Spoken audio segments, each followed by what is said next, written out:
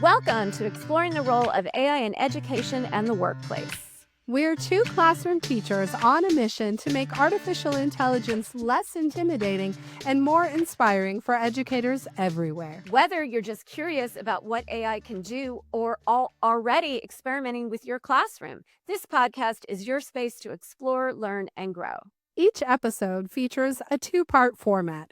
First, we sit down with industry experts to unpack a key aspect of AI, from infrastructure and ethics to creativity and integration. Then we bring it back to the classroom with a boots on the ground segment, real conversations with educators who are actively using AI with students. We'll bring you practical insights, honest dialogue, and real-world examples to help you think critically and creatively about the role of AI in teaching and learning. I'm Georgia Terlahi, a former K-5 instructional coach and an educator of 36 years who's passionate about tech integration and sparking curiosity in students. And I'm Jessica Pack, a middle school teacher, education author, and former California Teacher of the Year. My passion is creating compelling learning experiences. So let's dive in and discover how AI can empower educators and transform classrooms, one episode at a time. Today, we are so fortunate to have some incredible guests here to talk about the ethics of AI in education. To begin, could you maybe briefly introduce yourself and explain the context in which you work? Sure. So I currently work for an organization called Access for Learning that is probably better known for it's some of the work we do under a group called the Student Data Privacy Consortium, or SDPC. So we are a nonprofit that is an alliance based of alliances of different states around the country and educational technology vendors working on, for the most part, contractual terms when contracting with EdTech to ensure that the legally required privacy requirements are embedded into any data that the school shares with that EdTech vendor. Yes, so I am Dr. Simone Campbell. I'm based in New York City, and I am a internal research fellow at the Siegel Family Endowment. And so the Siegel Family Endowment is a foundation really focused on funding organizations and institutions that are doing ethical and responsible technology work. And so we focus on areas of learning and education, workforce, and infrastructure. But within my research, I'm there specifically doing research around education, responsible ed tech, and AI in education in the classroom. So that's my work there. And then also I am an adjunct professor at Howard University in the data science department. So I teach AI ethics, the data ethics course, as well as data ethics in the education department. Yeah, Bill Wilmot. I work at CAST. CAST is the originator of Universal Design for Learning, and we work with teachers and administrators all over the country to implement UDL, all over the country and the world. And then before I came to CAST, I was a principal for 10 years and a middle school math and science teacher before that. I love middle school. Middle school is my jam. So, hats off for being in the trenches with that fun in between age. Middle schoolers are the best. You never know what you're going to get. There's lots of energy, and it's all about harnessing that energy in a positive and productive direction. Absolutely. So when we talk about ethical AI in education, what does that mean in practical terms for schools, districts, and companies designing tools for learning and assessment? So I think we have to start with the reality that walking into our classrooms every day, we've got 25, 30 different students. Each of them is a different learner. And not only that, they're one way in the morning, they're a different way in the afternoon, right? They're one way in math class, they're a different way when they're doing a science experiment. And so we have this incredibly rich variability of learners. And so it's incumbent upon us to use all of the tools that we can, and AI is just the newest, to think about how do we meet the needs of all of those learners. And so that's a lot of the work that we do at CAST around UDL. But AI just opens up so many avenues, new avenues for that.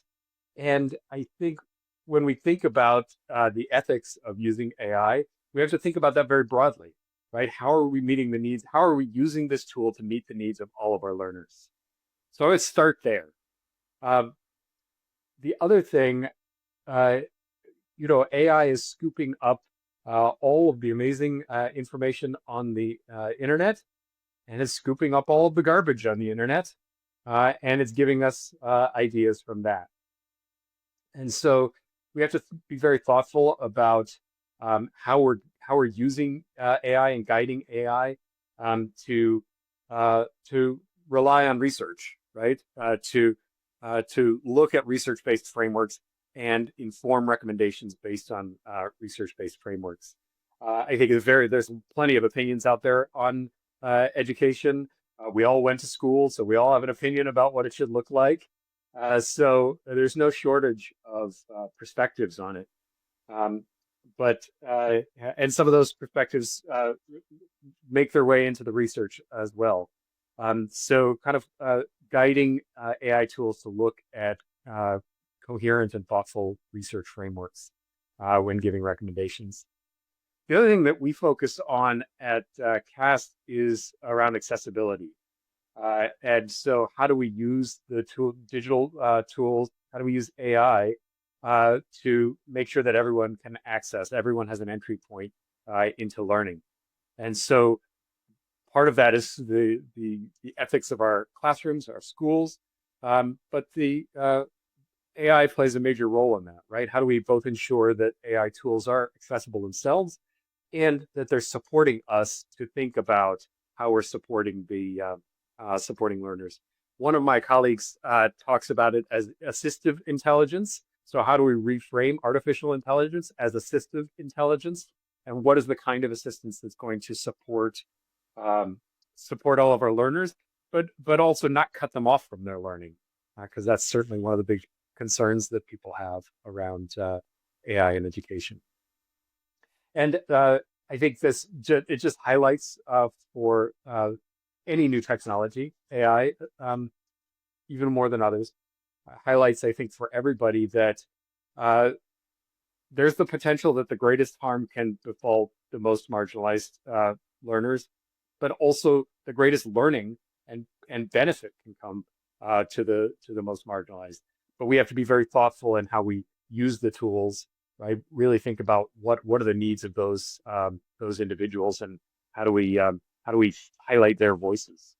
Yeah, so ethical AI in terms of students and tools in the classroom is really all about who, for me in my research, who's considered with the development of these AI products, who's in who's in the room determining how these products are developed, what students are gonna be using these products, etc. And when I mean students, we know that all students are not the same. So when these products are being developed and to be ethical, that means they need to be considering culture, different backgrounds, disabilities, all of the different factors that students need to consider their learning environments, their how they learn, etc. So when I think of ethical AI, that is a really huge piece for me. In addition to transparency around privacy, student data being collected, is that something that's shared with the students and their parents when using the product? All of these different things are super important to consider because we know that data is really important and personal information for students. How is this being considered with the development of these products? I like to think of it, if you think of what particularly generative AI, or we could do this activity with any technology. I think sometimes we get really thrown off by it being digital. If we think of it in more of an analog world, or if it were a human being, what would we think of that person? So if we look at the things that generative AI is really good at, it is very good at impersonating, right? I mean, that's even like one of the best practices I've heard people say is give it a role. Tell it this is your job, and then that will give you a better result as a prompt. If a real person was doing that, impersonating, there's not a ton of ethical reasons a person would do that. There's some, certainly, but oftentimes, it gets connected with things like fraud, with misinformation. So those definitely come up as ethical issues. But also on the flip side, it isn't even always good at that, right? It will very confidently make stuff up. So there's lots of concerns I think that parents especially are increasingly seeing with these technologies and putting them in front of kids. They're very worried that it's gonna, at worst, maybe just teach the kids something wrong. It's gonna perpetuate something inaccurate. I think they're concerned that it's going to have conversations with their kids that, an adult, and this isn't even like a hallucination, an adult would know like that's a boundary I shouldn't cross. And it might be very willing to do that. It's very hard for us to control its outputs. That's another thing I often say in presentations I've given on AI is old ed tech was very limited in its inputs and outputs. I think of Oregon Trail that I grew up with. There was a limited number of choices you could do. I could camp. I could just keep walking. I could hunt. And the outputs were also very limited. No matter what you did, you were going to die of cholera. Now it's, it can do anything you put in, anything can come out. And I think that's the worry, is that you can use it for a lot of unethical things very easily. But then also we're worried even when you're trying to use it for an actual legitimate educational task, that it's going to do something that an actual adult would never do with a kid. Or if they did, that person would lose their educator's license. Absolutely. So much to be concerned about. And students are not, cognizant of all of the layers of security in the school place that are like between them and inappropriate use. And so when they're on their own, I can definitely see the concern with unfettered Wi-Fi access, how students would be interacting in that space. Student data really is some of the most sensitive information that we handle as educators. How can schools and even ed tech companies ensure that the innovations powered by AI are not coming at the expense of student privacy or safety? So I think there have to be really well-defined guardrails and walls around student data. I think this is an area that we have not figured out yet, right? It's one of those where the technology is way ahead of the policy and the guidance. So I think, it's likely, this is certainly not my area of expertise, but that's likely that we're going to need new regulations that kind of limit access to data, create opportunities for students and parents to opt out of AI use when data is threatened and privacy is threatened.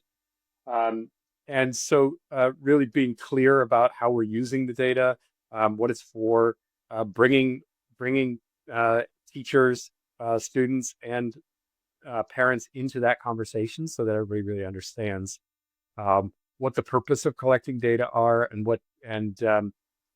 what we all hope to gain from it. So what I was just mentioning about are the products transparent? So there's typically, when we're using as adults, when we use technology, there's some kind of notice like, oh, if you're logging into this particular website, be sure to, do this and this information might be taken.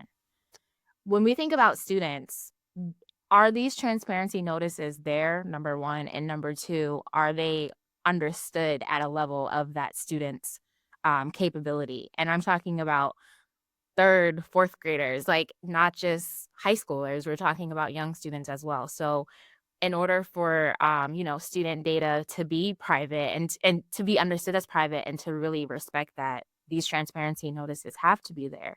And then in addition, again, are the students and parents and teachers, there's a whole ecosystem of people important in the development of these products. So are they in the room when these products are being developed to make sure that their voices are heard and that their data and sensitivity of that data is really considered when these products are being developed?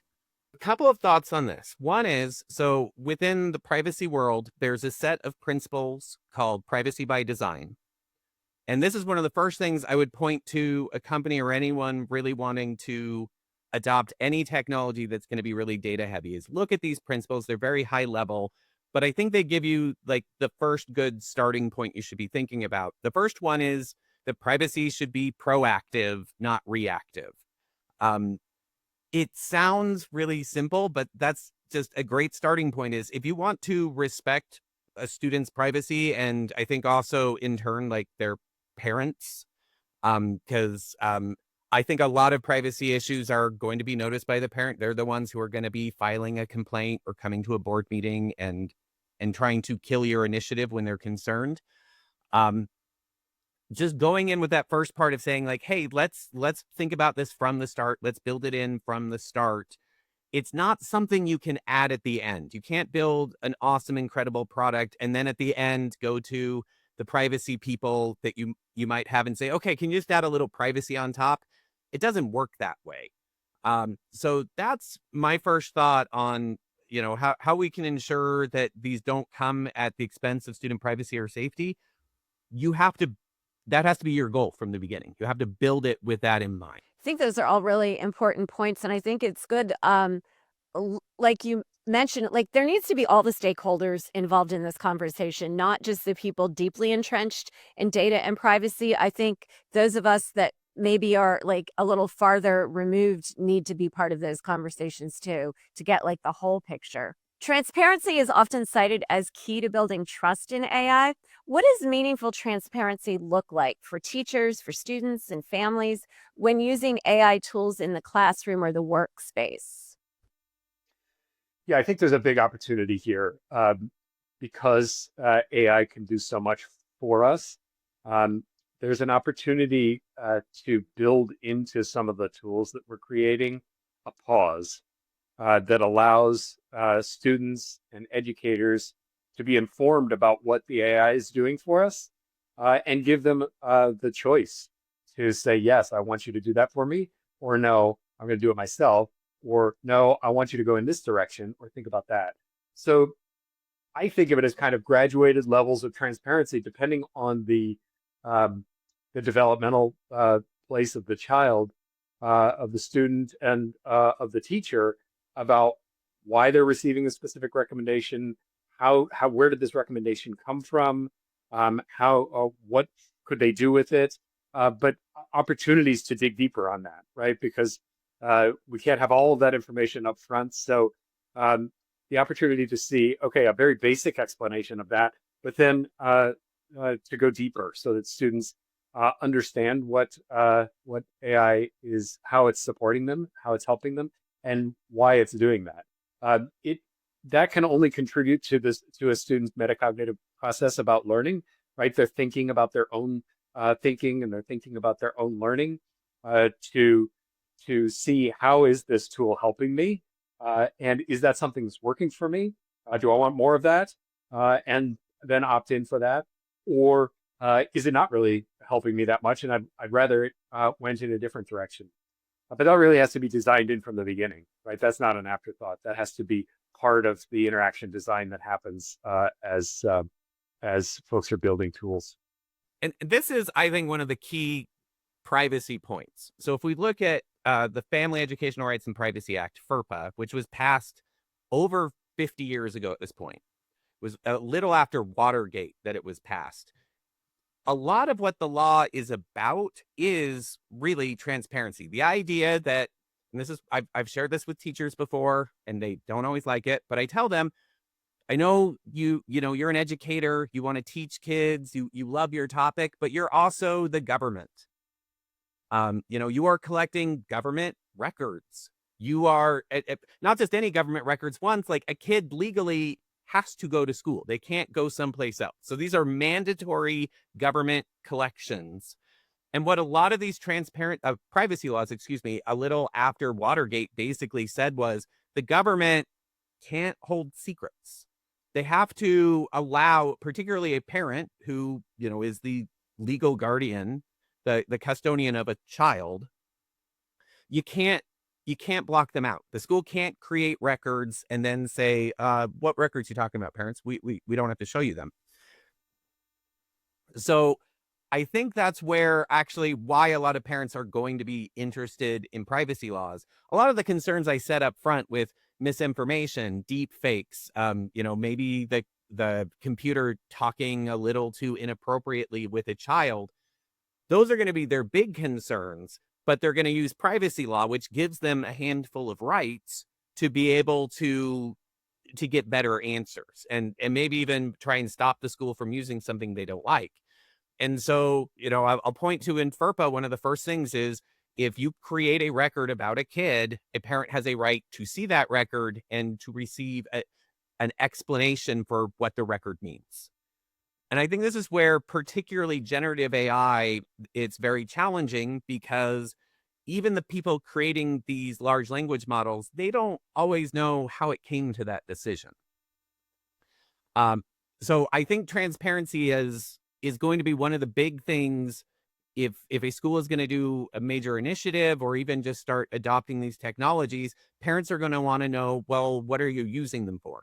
It's very different if it's like teachers using it for lesson idea generation. I think most parents would probably think that's pretty benign.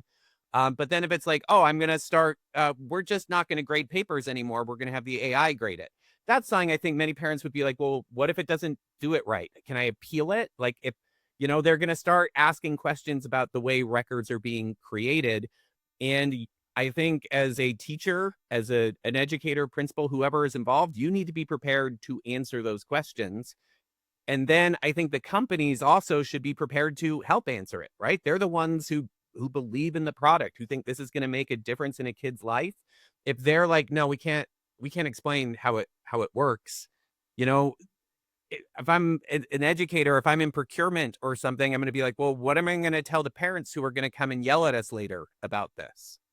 So I think it's definitely going to require more transparency or more details or answers to different questions than, again, if we just went back to, a far simpler ed tech app that, they receive the kid's email address and then they use that to log in. And we track their IP address so we know that it's their device. And what do they do in there? We ask them math questions and they get scores. Very easy to explain. I think with AI technologies, it's going to depend a lot on what the use case is, because again, you can put anything in, even if it's intended for one thing, you could technically probably use it for a totally different purpose. And a teacher could be doing that without telling you that they're doing that. You might have approved it for that lesson plan help, but then they might on the side be using it to do something that parents would find more concerning. So, having like the official version is going to be important, being on the same page with the company, and then also training teachers on its use, because I think the last thing you would want is if you were in the IT department or, whoever was providing support would be to get that phone call and be like, wait, they're doing what? Like, I didn't know about that. I didn't approve that. This is such an important conversation because so many districts and organizations still don't have a formal policy around the use of AI in their schools. And some, educators who are very well-meaning, I think us included at one point in time, were using the tools because we thought we saw benefit, but really hadn't maybe thought about the answers to all the questions you're raising. So I guess for districts that are just kind of, still in the developing stage, what are some other foundational sort of guardrails that maybe they need to put in place to maybe slow things down? Is that what we're talking about? Or what do we do to ensure that adoption is responsible and ethical? This one is so hard. I don't want to be a policymaker right now around this issue. I think that we are in a phase of experimentation. So creating areas that openly allow for experimentation within your policy framework, I think is really important. Because there are many potential things that we can't even anticipate, right? There's no way that we can anticipate all of the uses. And so a policy that tries to anticipate and guard against all of the potential uses or misuses is going to miss the mark, right? We have to be thinking about policy in a really iterative way right now, and assume that the first policy that we create is not going to to get it right. And so I will attribute this to Eric Hudson. I learned it from him. He talks about literacy over policy. So focusing on AI literacy and being very transparent and open about that, and going down to the classroom level, right? Transparent classroom exploration within the classroom about thinking about AI as a teaching tool, right? We know you students on this technology just arrived in our classrooms, right? We didn't decide that it was going to be there like we might with an iPad, right? It just showed up. And it's, I think, foolhardy to think that we can control it 100%. So we have to take this more open stance toward how do we work with students to explore it. And I don't think we should pretend that we're giving away secrets, that the tool is out there. The students know it's out there. They know how to access it. Many of them know how to use it better than we do and the educators do. So bringing it into the classroom and having an honest conversation about how we're using it, I think is very important. A big piece of that in the education space is around assessment and having very honest conversations about assessment historically and how we've approached that and how we might need to approach that differently. And I think that's an open conversation with students even. If AI can get an A on the assessment, then we need to be questioning the assessment, not just trying to control the AI. So, as you can hear, I'm really big on this being a communal process of AI tools being developed. So, again, I think one of the main things that I like to advocate for is students and parents and teachers and whoever else being in the room when these products are being developed and they're getting direct feedback. And that also includes, so not just testing for their own data, the product developers' data on if the students really like this product or not, but also taking the feedback into consideration that parents and students and teachers will have about these products.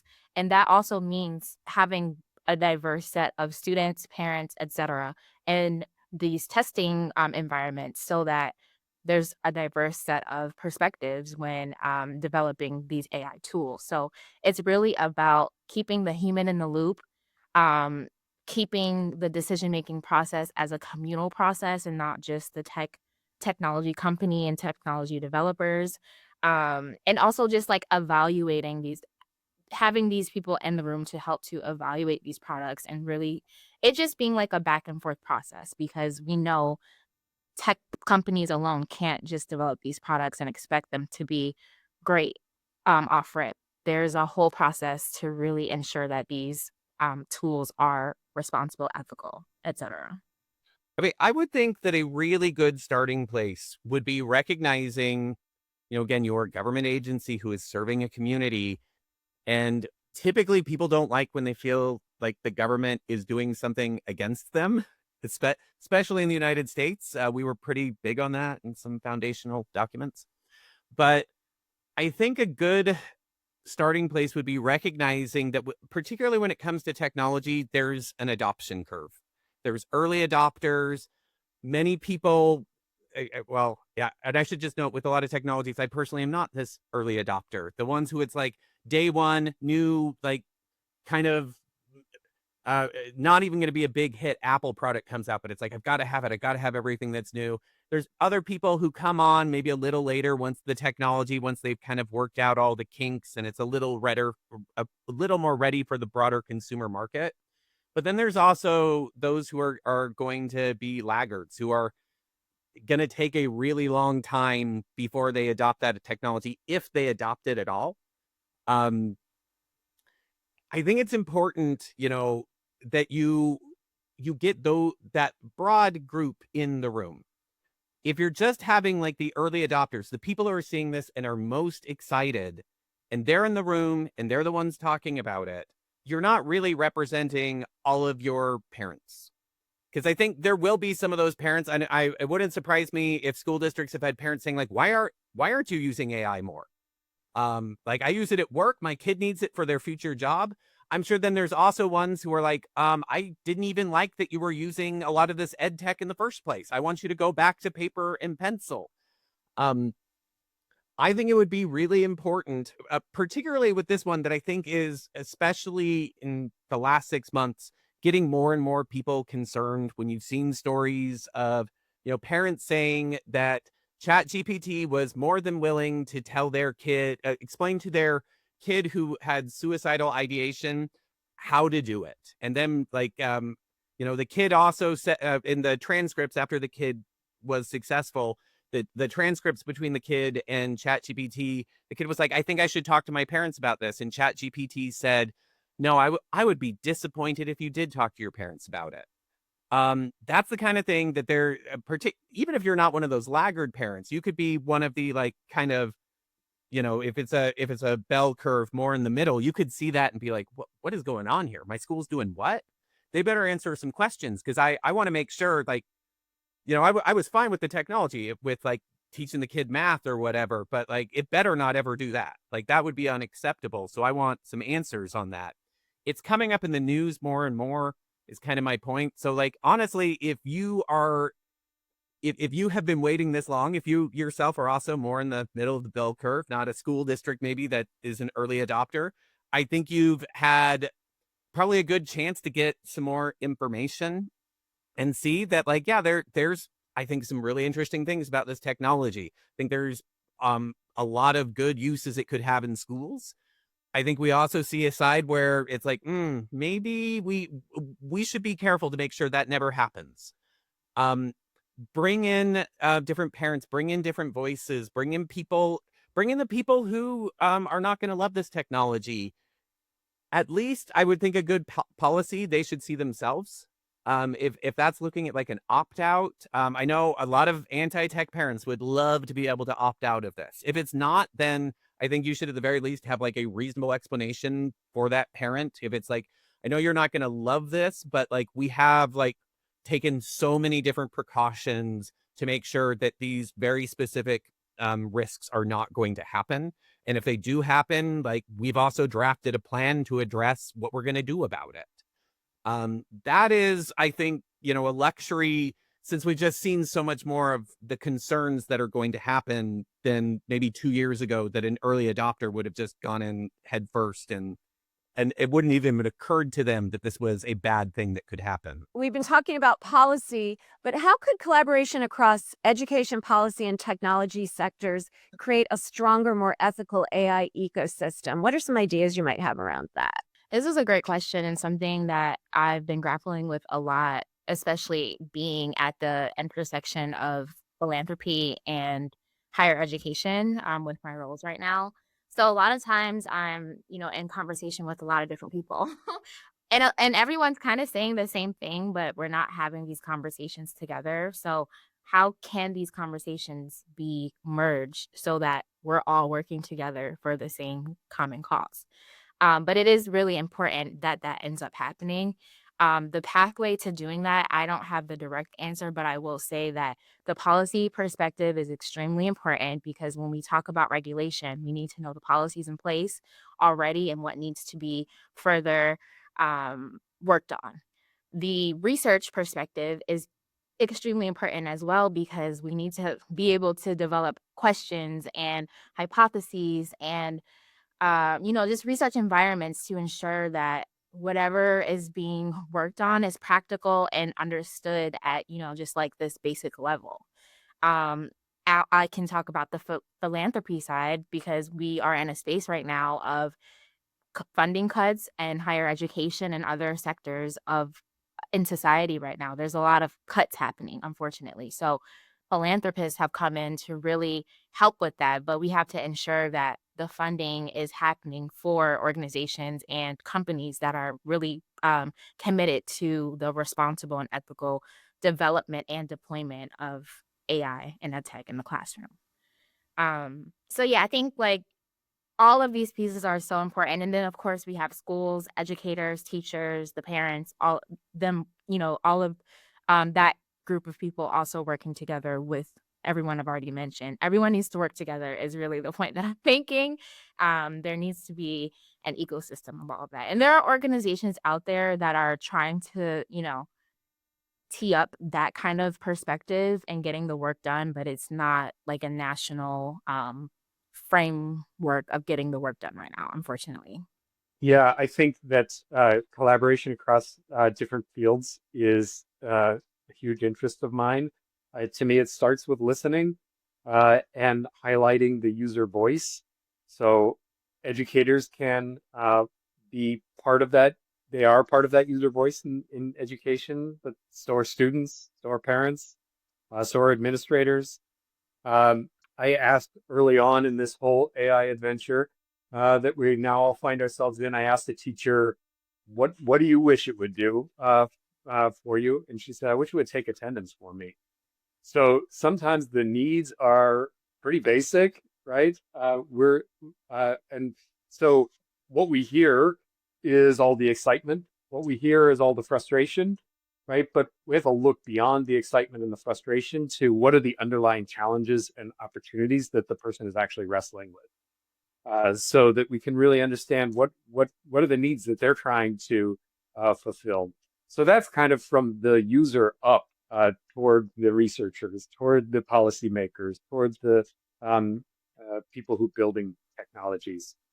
I think in the other direction, I saw this immediate reaction, and we're still in this in some ways, of just absolutely magical thinking about all of the things that this new tool could do. And there are lots of things that this new tool can do. But there's also the reality of what it can and can't do, right? And so having technology designers and policymakers and researchers help constrain our thinking a little bit, because often the most creative ideas come when we have clear constraints.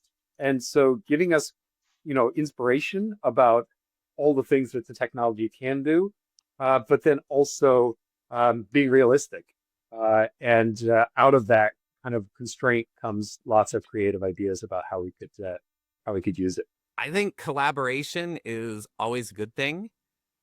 Particularly in this case, I feel like I've brought up a whole bunch of concerns I think that parents are going to have. Some of them are very safety related. Some of them are very data related. And, what is this company doing with my kids' data? Are they commercializing it in some way? Honestly, some are also very academic and pedagogical at this point. Is this the most effective way to be teaching? I've seen the studies that have suggested, concerns that it's like, yeah, the kid will do well, but only so long as they have the AI. And actually, it maybe causes them to stagnate in their learning in other ways. There's so many different concerns and so many different people are holding pieces of the puzzle. And, I can just say, because I work very much on the policy side, I don't always know the answer to the technology questions. We want our policies to reflect the reality of how a tool actually works. Let alone, because I think I mentioned, so at the Student Data Privacy Consortium, we have it's called the National Data Privacy Agreement, the NDPA, and it's got a bunch of legal terms. And I know a major concern is that a lawyer at a company is like, yeah, I'll agree to all of that. But like the programmer, do they understand? The person actually making the thing happen, do they understand what all those terms mean? Do we all mean the same thing when we use a term like de-identifying data? So there has to be that collaboration there. And even still, I know I very often feel, just going back to that pedagogical question, that I think, more research is going to be very helpful on, because I feel like I can sign off on, what, if this company has signed this agreement, there's a really good chance that the kid's data, nothing bad is going to happen with it. And that's an important question to answer and matters a lot to some parents. But then if it was like, but does it work? Is my kid going to learn better? I'd just be like, I don't know. That's someone else's job. I only hold one part of the puzzle. So definitely, I do think collaboration and just sharing more. And I think, obviously, this podcast, whatever we're calling it, is a good opportunity for it. Everyone gets to hear me rant about privacy and parents' concerns. And hopefully someone on the research side hears that and is like, oh, wait a second. I wonder if there's something there in addition to what I was looking at. And then hopefully someone on the design side at a company had never heard of privacy by design, and they're going to look it up and take it back to their next Scrum meeting and say, hey, we need to be thinking through this a little earlier than we had been. One of the recurring themes that we hear from all stakeholders is a concern about the sacrificing human relationships in favor of the technology. So we're wondering what kind of maybe ethical judgments are central to education and leadership to make sure that the human element remains at the center of education. At the forefront of that question and conversation is humans should never be replaced. We can't replace the human and the development process and the every step of the way with developing these tools, especially as they are intended to be used for students, one of our most vulnerable populations. So we have to ensure, again, to keep the human in the loop. So what that looks like, as I've already stated, including the students and the development of these products, the testing, the feedback stages, etc. Um, humans just we have to ensure that we're in every step of the process, every step of the way, and I think that's something that has been lost because again, we're in a state right now where, of course, AI technology is on the rise, and a lot of people in tech have that expertise in developing products, but they don't have that expertise of knowing that students need to be considered in certain ways because they don't have the education background to understand that. So the humans need to stay in the loop and really ensuring that this is a ethical development process. I mean, I think education is a completely human endeavor, and I don't think there's any way to replace that. I will often, and this is a thought experiment I invite lots of people to do, is to think back on like when you were a teenager and what were like the moments when you were in high school, whatever age of kid you teach, if it was younger than, skew younger, 4th, 5th grade, whatever, like what would have made a difference? And I think of like the moments where, where it was like, wow, like, a light bulb went off.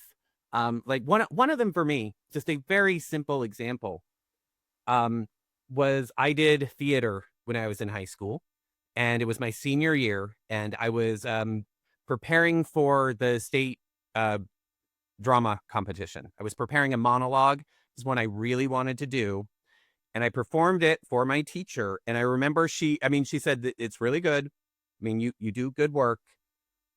I don't think though that this is gonna. I don't think you're going to do as well with this piece as you might do with another piece, was the feedback she gave me. She gave me some critical feedback.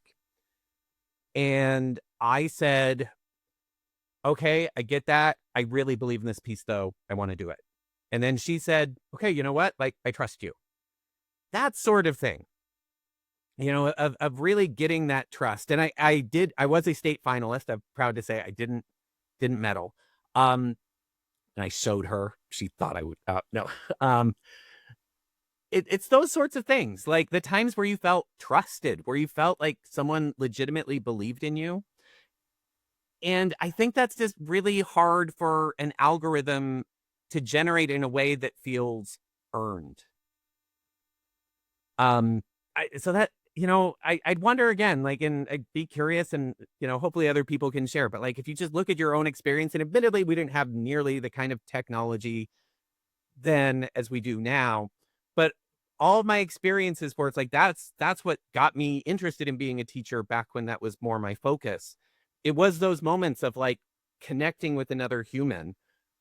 Can AI like be a fantastic tool and give you more time for those kinds of connections? Like if that's the case, then yes, by all means, use it to help get you more face-to-face time with a kid, to have more of those moments where like you feel like I didn't just teach this kid, but like I trust their decision-making process. Like they're no longer a student student teacher kind of thing, but it's like we're at an equal level where it's like I'm giving feedback, but I trust their decision making as well. That's where you want to get a kid. Um, and I think, AI, particularly if we're talking about like tutoring, it can help with like giving more repetition, more chances for practice for a kid, maybe help explain some things. But I just don't see it anytime soon, at least, replicating like the feeling of like winning that trust of an adult. Everything just comes back so much to human relationships, I think. Yeah, I've done this little thought experiment before. Student-teacher relationships have it's well researched that they have an impact on student learning. So what would it look like to have an AI student relationship? Could that ever be developed to the point that you would have that same positive impact on student learning? I personally don't see it. I don't see that as the possible, certainly not yet. So therefore, the role that AI plays in that interaction between student teacher has to feed that relationship, right? It has to enhance that relationship and not interfere with it, right? It has to allow for good ethical judgment on the part of educators, on the part of students, rather than interfere with it. So I would want that to be the criteria always. Is the tool enhancing the relationship? Is it enhancing decision making, or is it interfering with it? Just as an example, we're building a tool right now that is kind of embeds both reflection on learning, but also reflection on emotion into lessons. It's the kind of reflection that teachers might often do with students, but building a tool around that, and then layering on an adaptive component to that, right? If you've got 25 students in your classroom, and they're all feeling all of these different ways about the lesson that we've just experienced, and some of them are successful in the lesson, some of them are not successful in the lesson, and that's just one of your classrooms, right? And then you have 5 of those, so you've got 125 students with all of those different reactions. Is far too much to track, right? Well, you would have to be a superhuman to be able to track that all of that data and all of those relationships that you want to build with those individual students. So how could a tool like that enhance that opportunity for relationship, right? So that when a student says, I don't feel like I understood this and I'm frustrated because the class just moved on and I wasn't ready yet, right? How can AI help digest that information, share that back with a teacher so that they have the opportunity to build that relationship with the student, and then use that information to inform their lesson tomorrow? Out of curiosity, as an aside, is the emotional mapping and the experience mapping from CAS trainings, is that the inspiration behind the tool? Yeah, so it's very very similar to the journey mapping. This is a specific project that's really focused on integrating SEL and academics, so that SEL is not a separate thing. It's like integrated into the flow of learning, with the recognition that, that engagement network that learning is an emotional experience, and sometimes it's going to be exciting and exhilarating, and sometimes it's going to be frustrating. So just opening up an honest conversation between student and teacher about that. I think that's so important because so often in curriculum and things, that's missing. It's very sort of dead emotionally. So I think that's going to be a really exciting component to be able to have access to. Because you're right, if you're not emotionally engaged, you're not going to do your best work or any work, as you middle school teachers know. Yeah, and so this program. Sorry, now I'm getting No, excited go about ahead. talking about this, but I'll send you stuff about it. It's really geared toward 4th and 5th grade, with the goal of building some greater independence around those skills before they transition into middle school.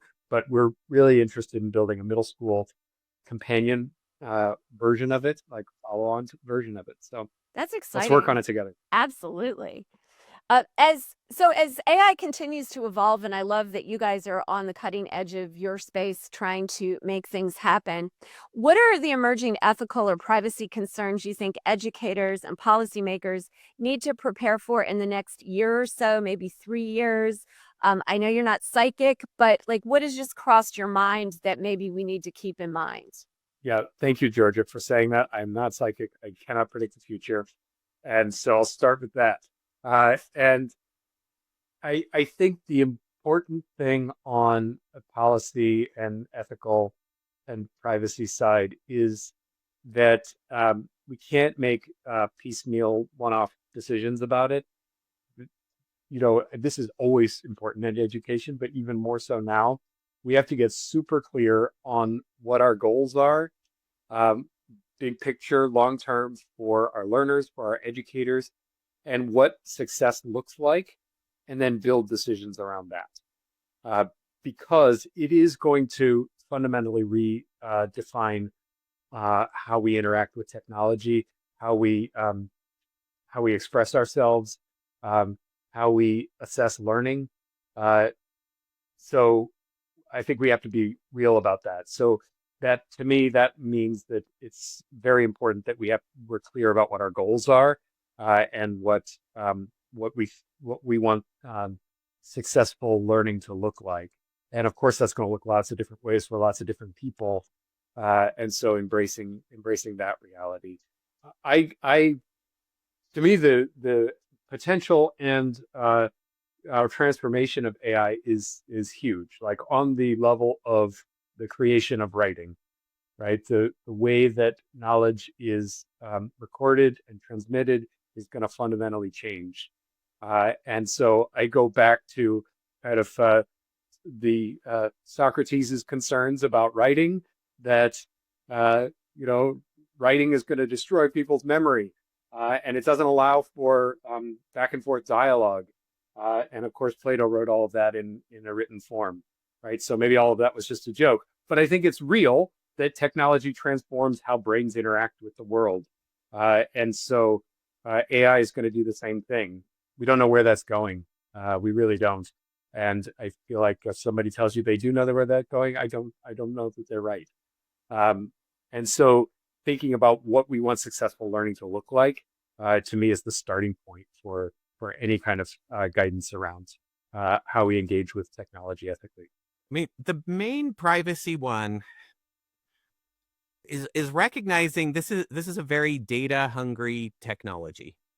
Probably the most data hungry technology that has been ever been made and may ever be made. So you've got to know where the data are going. That like you've got to understand every step of it.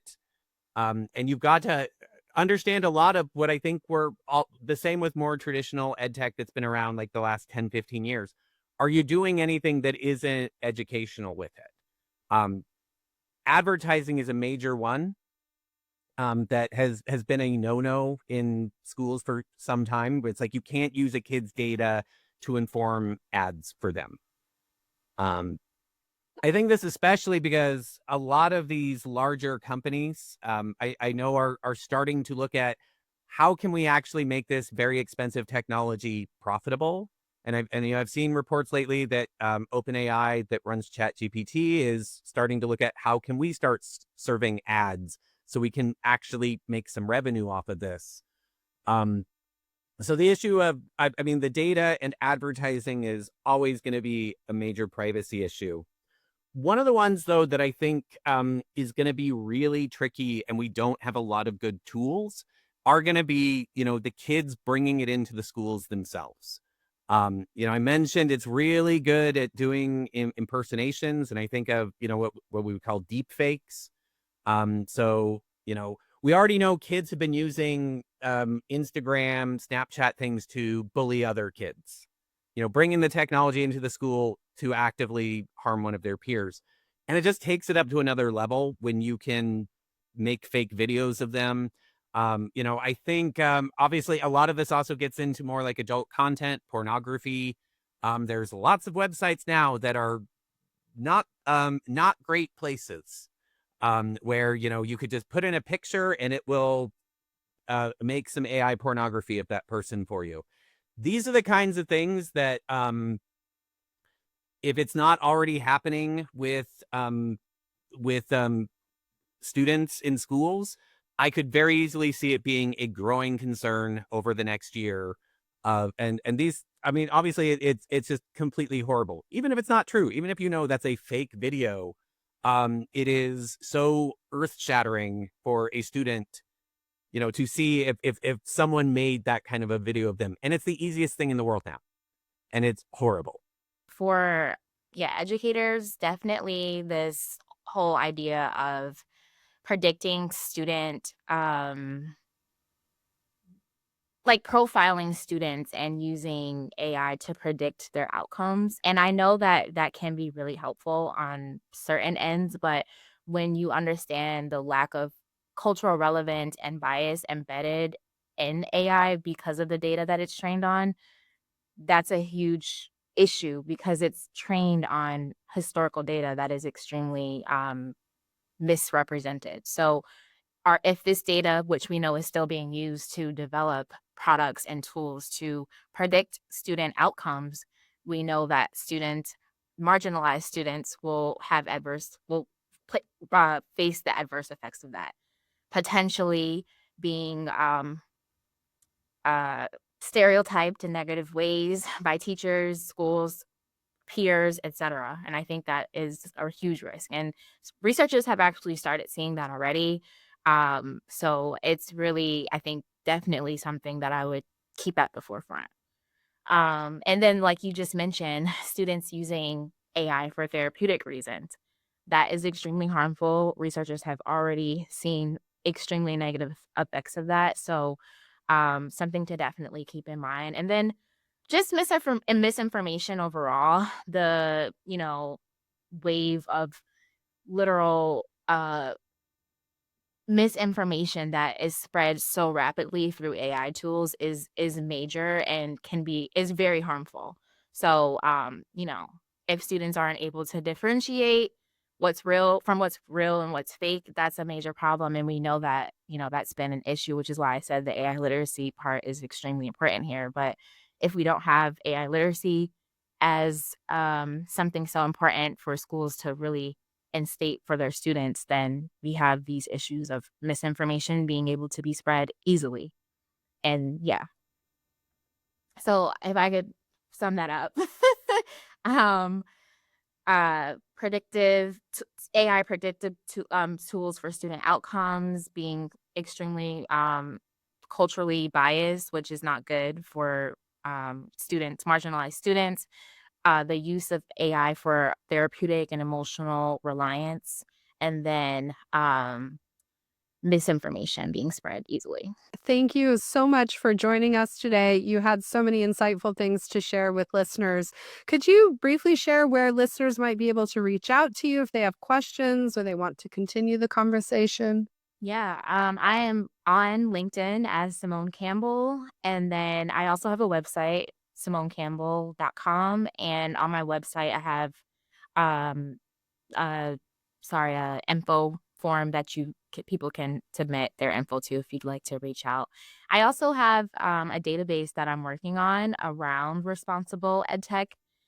So feel free to check that out on my website if you're interested, because ultimately what I'm doing is creating a directory of lots of responsible edtech tools and researchers and other people important in the space to convene and kind of come together. So if you're one of those people, feel free to fill that form out. Would you mind, David, briefly sharing where listeners could reach you if they wanted to reach out and continue the discussion or had questions? Certainly. So A4L is the name of the organization I work for, and 4 is the number 4. So you could reach me at dsoleil, so my first initial and last name, at a4l.org. That would be the easiest. Easiest is just shoot me an email. Absolutely. Yeah. Check out our work on our website, cast.org, UDL guidelines at udlguidelines.cast.org. Lots to learn there. And then feel free to email me, bwilmot@cast.org. to learn more about the Circle Up project if you want to do that, or learn more about UDL. Awesome. Thank you so much. Now that we've heard from the experts, it's time to take it to the classroom. This is our Boots on the Ground segment where we talk with real educators doing the real work with AI, right alongside their students. Today, we're so glad to have an incredible guest to talk about AI considerations, the ethics of AI, and data privacy. We're joined here by Laurel Aguilar Kirchhoff. Thank you so much for your time and your expertise. Thank you for having me. I am honored to be a part of this vodcast, which I love that title. I'm like, oh, that's right. It's a video. It's wonderful. Awesome. Thank you so much. Well, to begin with, could you maybe briefly introduce yourself, your experience, and like the educational context in which you work? So this is actually my 27th year in education, which I can't even believe that I'm saying those numbers out loud. I was a middle school teacher for 20 years and absolutely loved it. I taught science and history, and then I went into administration, and I was very, very fortunate to work at our San Bernardino County Superintendent of Schools office. And then also I worked at Fontana Unified. Now I am still in education, but I am teaching at California State University, San Bernardino, in the Teacher Education and Foundation Department. And I teach in with pre-service teachers, getting them ready to go out and be the next generation of teachers to help serve our communities. What helps you trust that an AI-powered platform is protecting student privacy? Are there specific signals, policies, or practices you look for before using a tool? Yeah, so that's a really great question because I look at this in two different ways. The first thing is that AI should always be used in a manner that's going to enhance student learning. And so when we have AI used in an educational setting, we want to make sure that it is an appropriate tool for the task, but also thinking about the tools that we're bringing into our classrooms. So oftentimes, teachers will take a look at the privacy policy, or they'll be introduced to the AI tool or any educational technology tool, maybe at a conference or through some way, right? They're introduced to it. But teachers really don't have to take on the burden of understanding all of the student data privacy policies. That's really something that our district is there to do for us. Every tool that comes into our classroom should have a very strong student data policy, privacy policy agreement. Sometimes, in education, we love our acronyms. So it's an SDPA.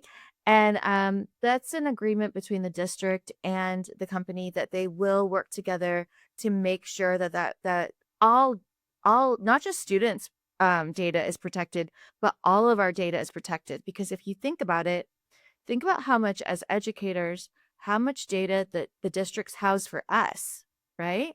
Especially if we are paid electronically, our addresses, our social security numbers, all of our personal information is being housed by our schools and our districts as well. So any tool that we're going to bring into our classroom, we have to look at it through that lens.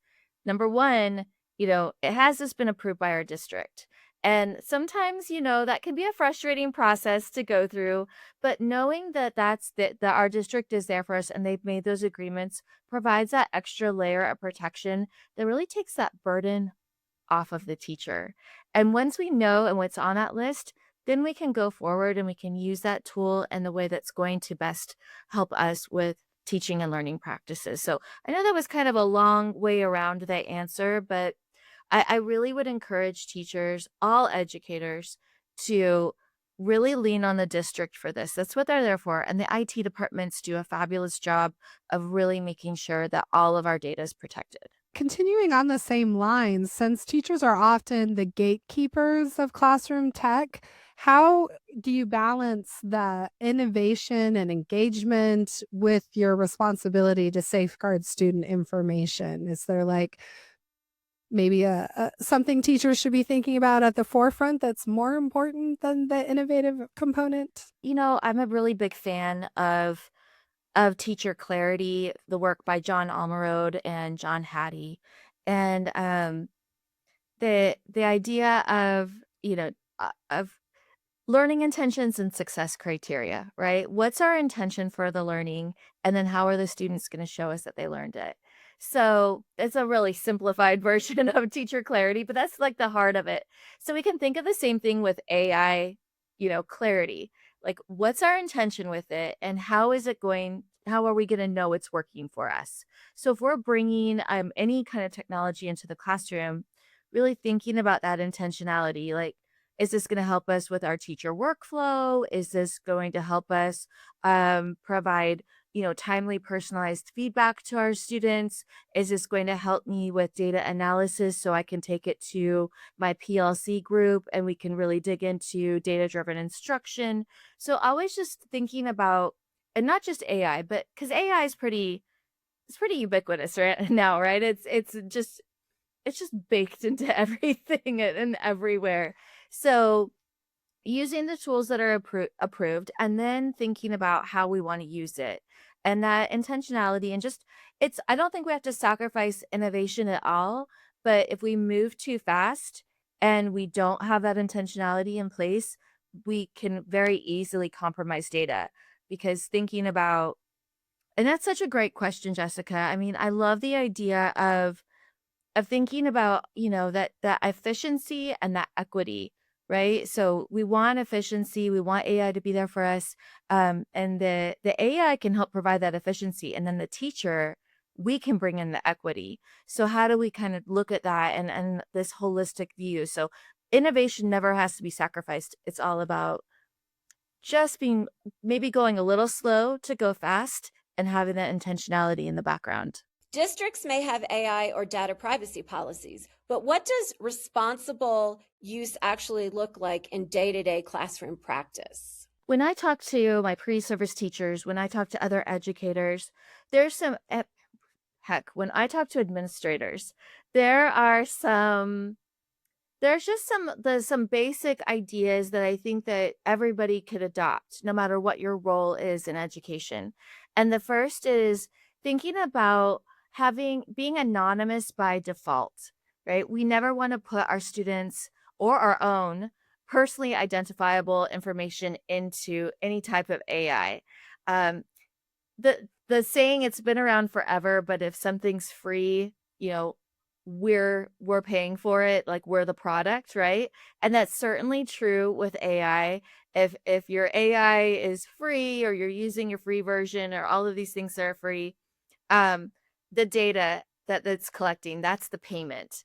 We're always paying for it. So what we want to make sure is everything that we use in AI is anonymous by default. We never want to inadvertently give away data or provide some kind of compromised data source.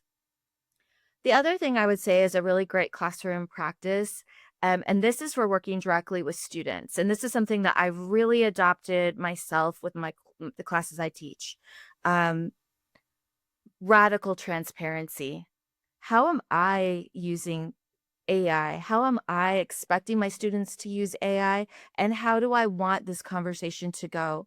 I was actually teaching class last night, and we were talking about their midterm project and how they're reflecting on their observations, and again, these are pre-service teachers, so they're in the classrooms, they're observing, they're doing all these things, and now it's time for them to write their midterm reflection. I'm like, I don't want AI to write this for you. I want to hear your voice.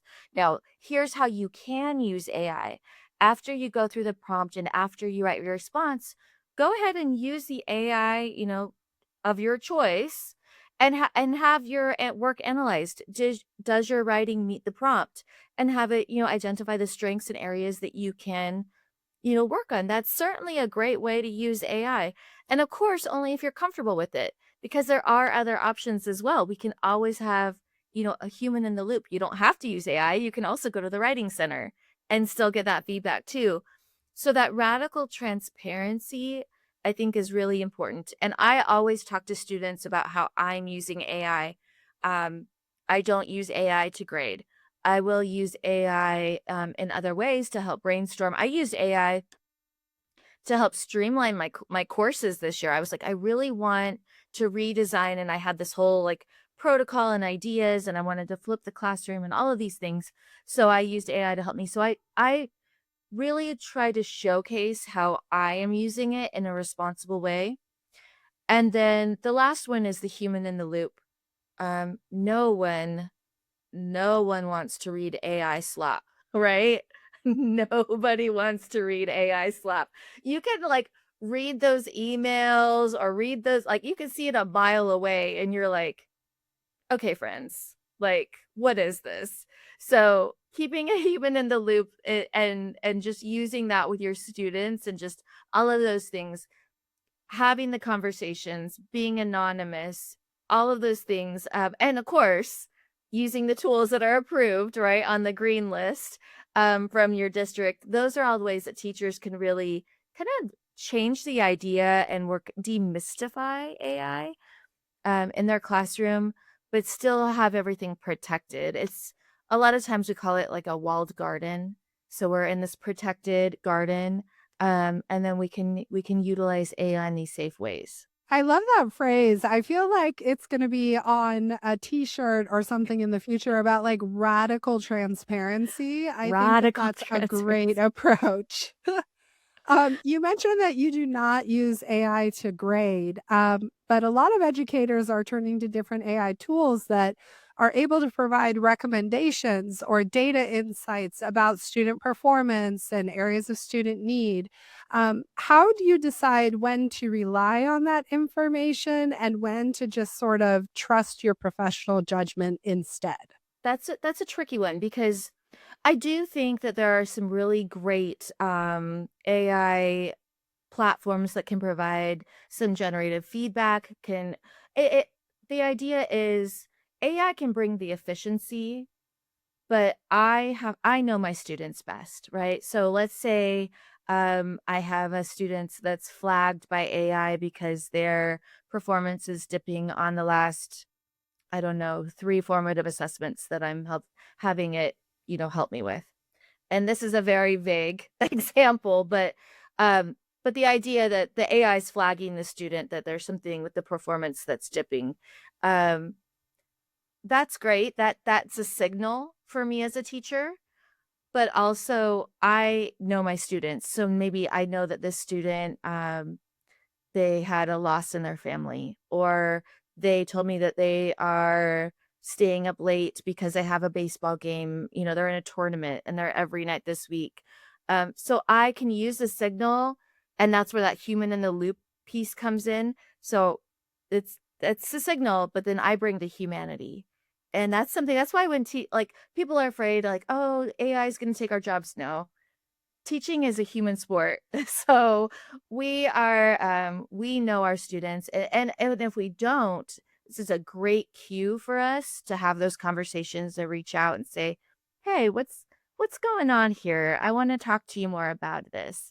And so that's where I think treating AI almost like, I don't know, a second opinion or some type of it's a flag for us, but AI is not a trained practitioner, and that's our role. And we are, not only are we humans, but we are also highly qualified and well-trained humans in our profession, not just with schooling, but on the job training. So I think that's where we can work together. I don't like to, and this is the word I always kind of stumble over, but anthropomorphize AI. I don't like to, call it my co-teacher or my co-pilot, or like not Microsoft, but in general, like my thought partner, because it's not a partner to me that way. It's a sounding board. It can be a sounding board, but it's not a person. And so that's where I like to like kind of keep that differentiation.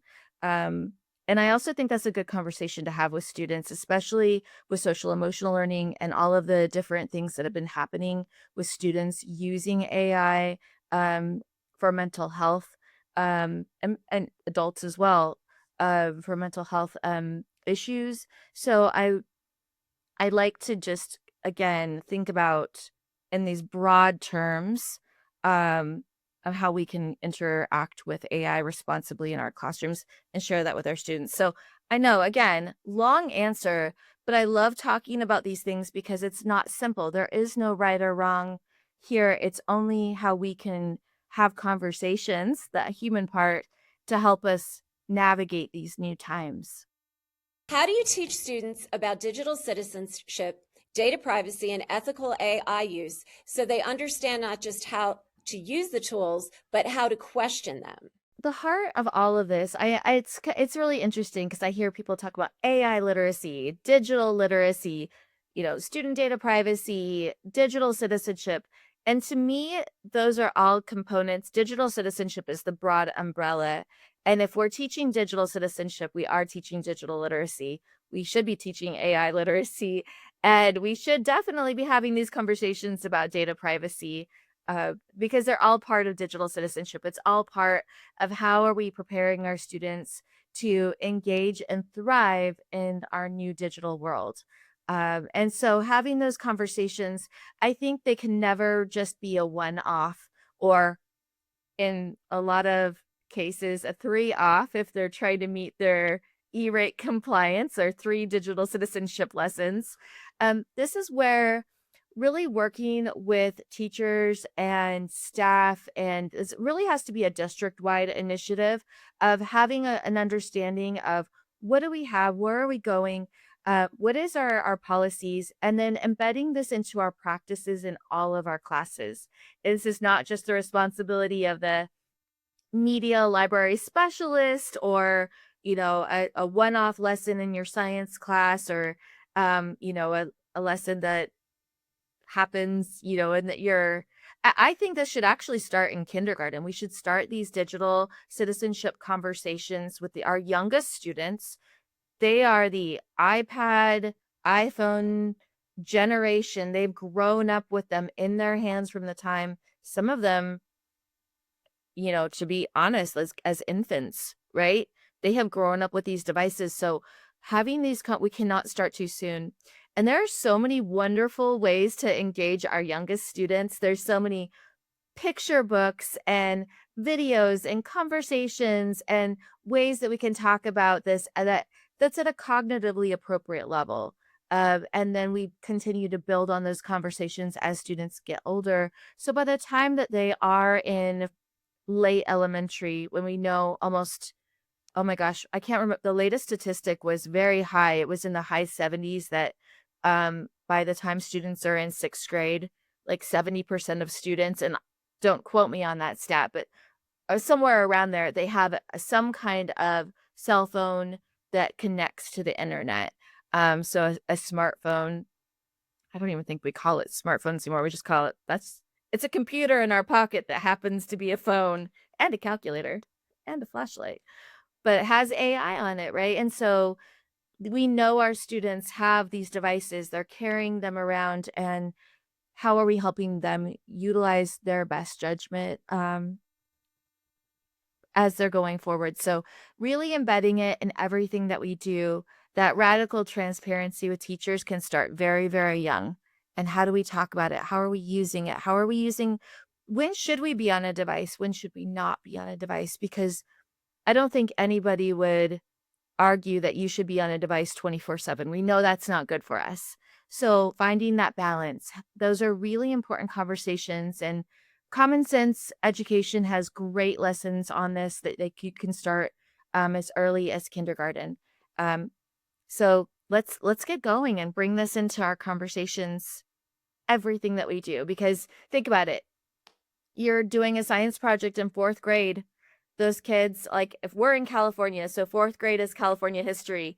If we think those kids aren't using AI to help them with their 4th grade California history project, then if they're not using it, their parents for sure are, because it's been a minute since their parents or caregivers have been in 4th grade. So let's have these conversations early and often. That's such a great point that you're bringing up the middle school age range, because of course I'm a middle school teacher. So I feel like I can fully confirm the ubiquitous nature of devices and AI in the pocket of every 12-year-old out there. So, none of us can see the future, but just in general, what's on your radar around maybe the trajectory of privacy issues or data privacy in the classroom for the next maybe year or so, or even maybe a little less, 6 to 12 months? What are some challenges you see for us on the horizon? Instead of challenges, I think it's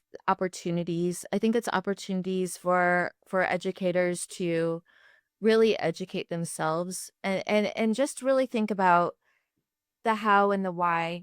I mean, honestly, there's so many shiny new tools that come out every single day, and everyone's going to solve all of our problems, right? And if that was true, that's the billion-dollar question that's out there, right? How do we solve all of these problems in education? And there isn't going to be a magic tool out there, and not to reference any tool in particular, but uh, some kind of unicorn that's going to come in and magically work, change our teacher workflow and remove all of the barriers and provide everything our students need. So on my horizon, it's really just taking this next year to to do what we talked about earlier. Let's slow down a little bit. Let's go a little slow to go fast. Let's really think of this through, because I always, when I talk to other educators, I want to honor their expertise. I know that they are an expert in their classroom and that they know their students. So let's think about how that we can use this in meaningful ways to really help our students, but also help ourselves. And so that's where I'm at with data privacy. The great thing about it, and that's kind of also the hard part, you know, it's not new. These laws have been around since the 70s. They haven't changed. They apply to everything in EdTech. We have FERPA, we have COPA, we have SOPA, we have all of these acronyms.